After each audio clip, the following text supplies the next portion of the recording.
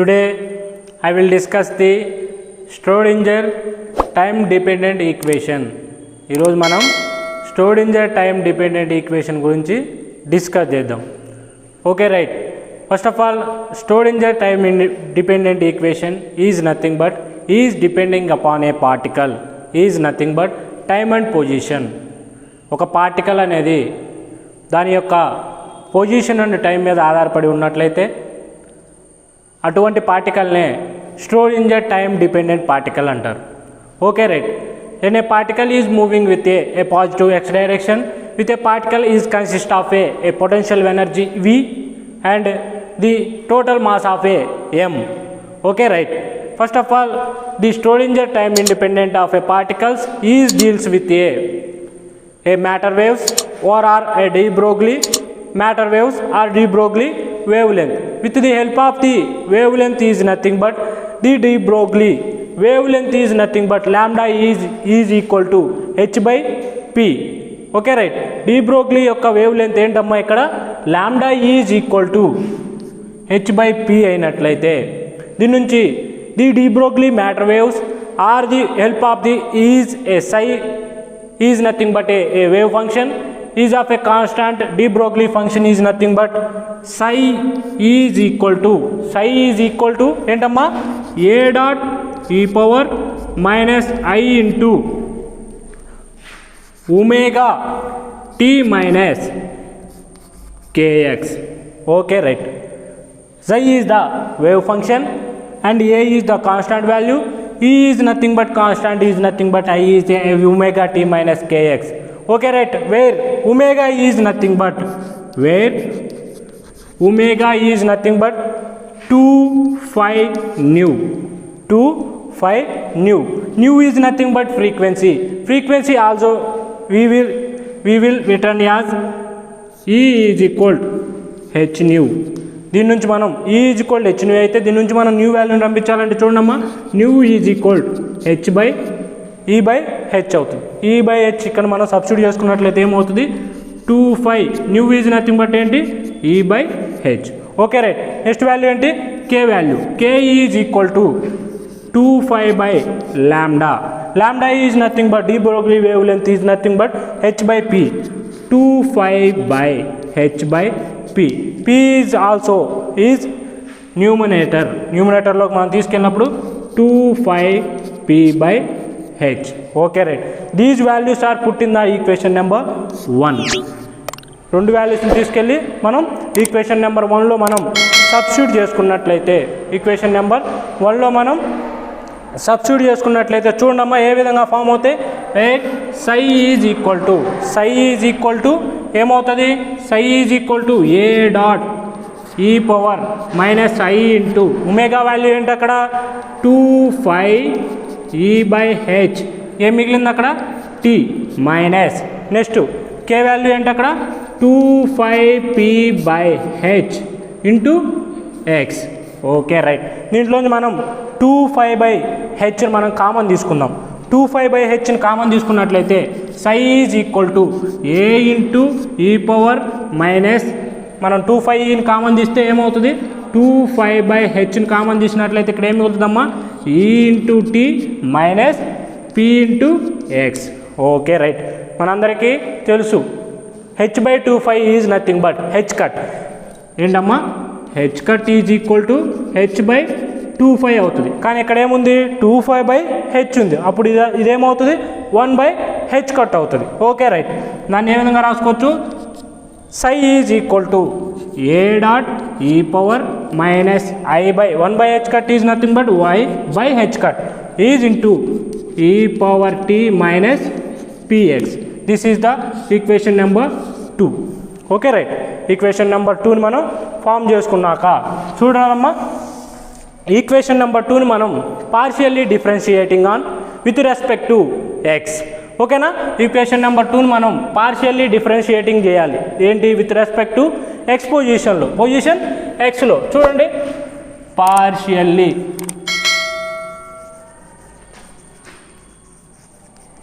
Partially differentiating on equation number 2 with respect to position X.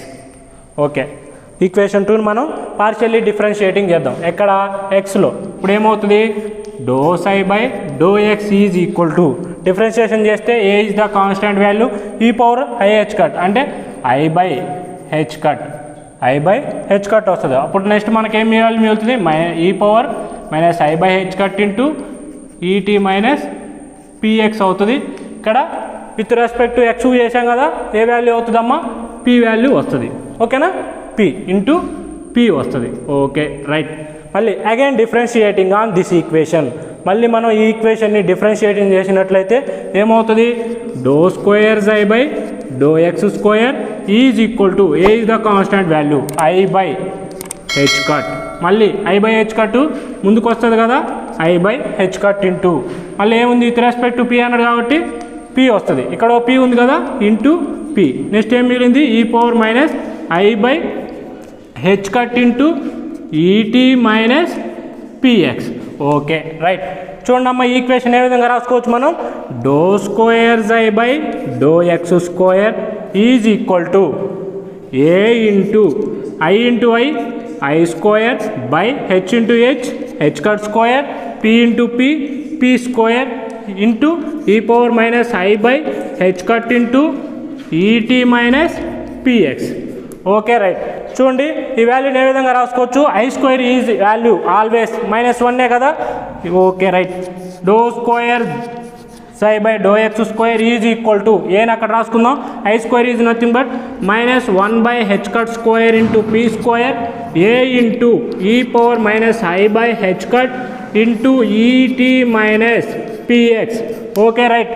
ఈ PT మొత్తం వాల్యూని మనం ఈక్వేషన్ 2 ప్రకారం జైగా రాసుకోవచ్చుగా. ఈక్వేషన్ 2 ప్రకారం జైగా రాసుకోవచ్చుగా. అప్పుడు ఏమవుతుంది?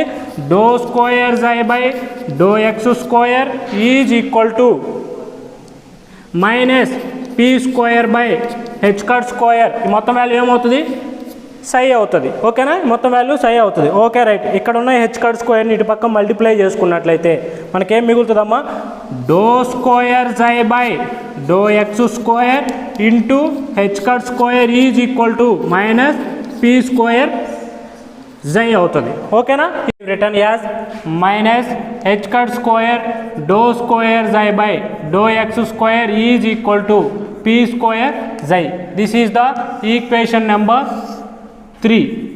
This is the equation number 3. Okay, right.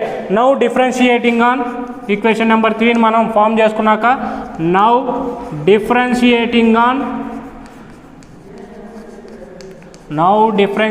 on equation number 2 with respect to t. ఓకేనా? మళ్ళీ మనం ఇక్కడ ఈక్వేషన్ 2ని డిఫరెన్షియేటింగ్ చేయాలి. ఎక్కడ? విత్ రెస్పెక్ట్ టు టైంలో. విత్ రెస్పెక్ట్ టు టైంలో మనం మళ్ళీ డిఫరెన్షియేషన్ చేసినట్లయితే ఏ విధంగా వస్తుందో చూడండి అమ్మా. Do psi by do X do psi by with respect to 2 కదా, do psi by do T is equal to ఏమవుతుంది? ఏ ఇంటూ అక్కడ ఏమవుతుంది?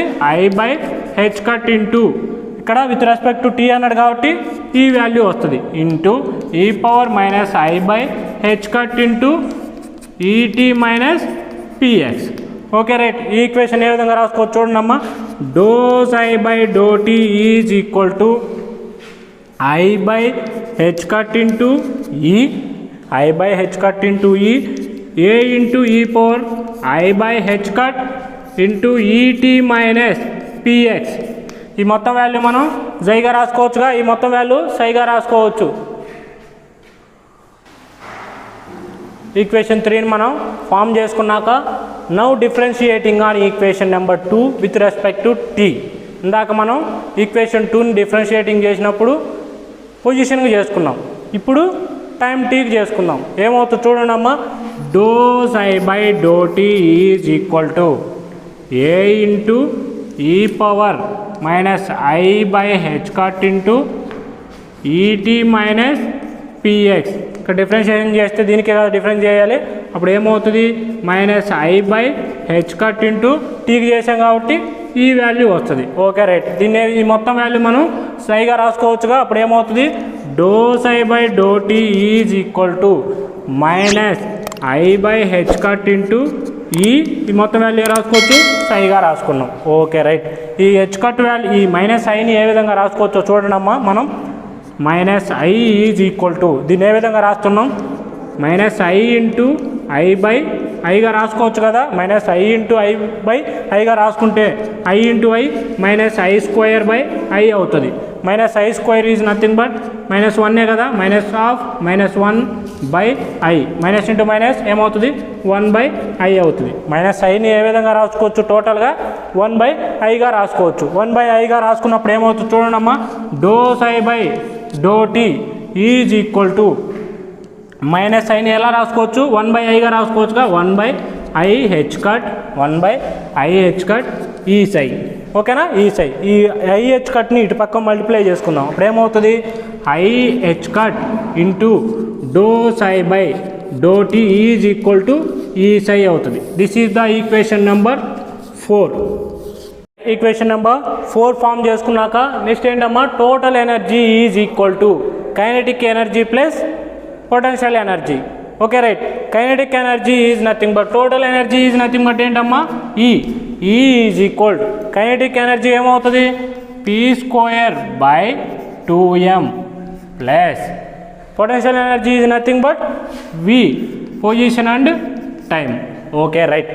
The multiplying on psi value, ఈ యొక్క ఈక్వేషన్ మనం సై వాల్యూని మల్టిప్లై చేసుకున్నట్లయితే మల్టిప్లయింగ్ ఆన్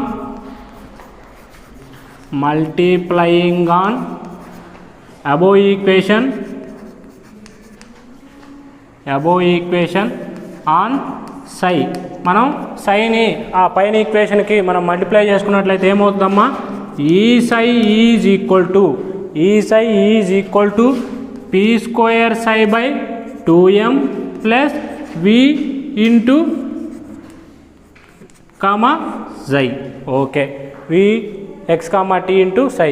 ఓకే, ఈ సై వాల్యూ ఏంటి, ఫ్రమ్ ఈక్వేషన్ నెంబర్ 4 నుంచి మనం ఈ సై వాల్యూని రాసుకున్నట్లయితే ఏమవుతుందమ్మా, I H cut into do psi by do T is equal to P square psi. ఏంటమ్మా, ఈక్వేషన్ నెంబర్ 3 నుంచి మనం ఏవి రాసుకోవచ్చు, minus I H cut square by do square psi by do X square అవుతుంది. ఏంటి, బై ఇక్కడ 2m ఉంటుంది plus V into X comma T into psi. This is the Schrödinger time dependent equation.